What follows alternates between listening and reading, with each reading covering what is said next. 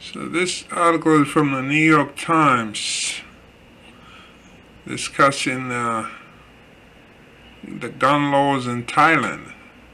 Inconsistent gun laws in Thailand. Why strict but inconsistent gun laws did not keep Thailand safe? See?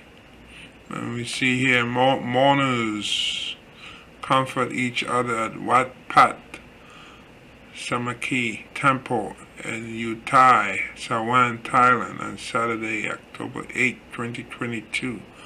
The town in northeast Thailand, a Buddhist majority country, began formally mourning the deaths of a mass killing at the daycare center, most of them children, as Thai authorities investigate Thursday's ghastly mass killing of 36 people by a former police officer.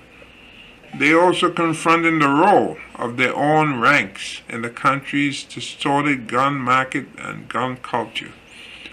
The gunman, Panya Kamrap 34, used a 9mm pistol he obtained legally, police said. He also owned a shotgun, and before he was fired from the police force in June on drug possession charges, both would have been easy for him to buy. Thailand's security forces can purchase as many weapons as they want through the government and at a steep discount. Civilians seeking to buy guns, by contrast, face tough laws and high prices, a disparity that creates perverse incentives and other problems. In some cases, it has led those charged with public safety to sell cache of weapons for profit. In rarer moments of horror, they have turned their guns on the innocent. We will surely have to do something. Newton Shaniv Rekol, the health minister, said Friday when asked whether he was concerned about security officers being involved in shootings. I'm sure that the people in charge, the Prime Minister, the Chief of Police, will surely consider it and try to tighten the enforcement as much as they can.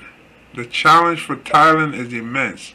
A nation of 70 million people, stratified by class and long shaped by military rule, now finds itself grappling with an unspeakable act of violence, tied in part, experts say, to laws and a gun culture rife with loopholes and financial incentives for the country's most powerful institutions and elites.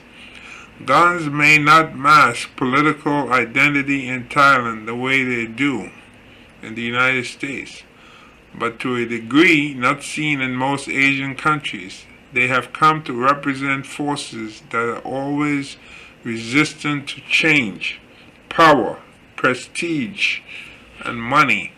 Like other status symbols, guns are what some have and many want. That helps explain why inaction followed an earlier mass shooting in Thailand. In February 2020, a disgruntled soldier shot and killed 29 people at a shopping mall and an army base. Senior military officials called immediately for a gun policy overhaul, but within a few months the conversation faded as attention turned to anti-government protests. And in the case of Thursday's attack, the gun issue is fused with other problems, drugs and mental health. Kamrab used both a gun and a knife to kill 23 children at the daycare center, many of them too young to tie their own shoes. Additionally, he killed his wife, their son, and himself a few hours after appearing in court on a drug charge. In all, 37 people died, excluding the gunman. Some government officials have been quick to deflect any systemic diagnosis as private Wang Suwan, the deputy prime minister, said when asked about the killer's law enforcement past. What can we do? He's a drug addict. Bolstering the case for those who see the latest episode as a one-off tragedy, the homicide rate in Thailand is not especially high, with statistics from a few years ago putting it below the Philippines, far below murder capitals like Honduras, and roughly in line with New York City before the coronavirus pandemic. But Thursday's murder of 2 dozen small children committed during nap time in colorful classrooms has horrified the nation. Many people in government and out see the massacre as an indictment of more than just one man. They fear that easy access to weapons, especially for security forces, has already made life less secure. Last month, an army officer shot dead two colleagues at a military college in Bangkok. Murders have also been concentrated in areas of southern Thailand, with high levels of militarization and gun ownership, while video clips of men waving a weapon around in traffic disputes or to just show off have spread from social media to the nightly news. These internal conditions, if we are not going to do anything about it, it will be a time bomb where mass killing, mass shooting like these will continue happening, said Rang Seman Rome, a member of parliament from the Move Forward party. He added that a number of officers were trained to be like a destroyer machine, which can end up pointing weapons at anybody. Critics are demanding higher standards in policy and behavior, especially for the 230,000 members of the Royal Thai Police and for the country's military, including an army of more than 245,000. For most people, Thailand's gun regulations are already strict. Assault weapons are banned. There are limits on the amount of guns and ammunition that can be sold or owned, and civilians must pay an import tax of 40% to buy a firearm legally. Those would-be buyers must also undergo a background check and provide a reason for ownership, such as hunting or self-defense. Possessing a gun illegally carries a prison sentence of up to 10 years and a fine of 20,000 baht, about $525. But the laws are more porous than they may seem. There are no mental health or drug tests, as Japan and other countries with low levels of gun violence require. Gun permits mostly exist only on paper. Enforcement tends to be haphazard, which often encourages corruption. It took me quite a while to obtain my permit, and I was only buying mine as an MP, Rome said.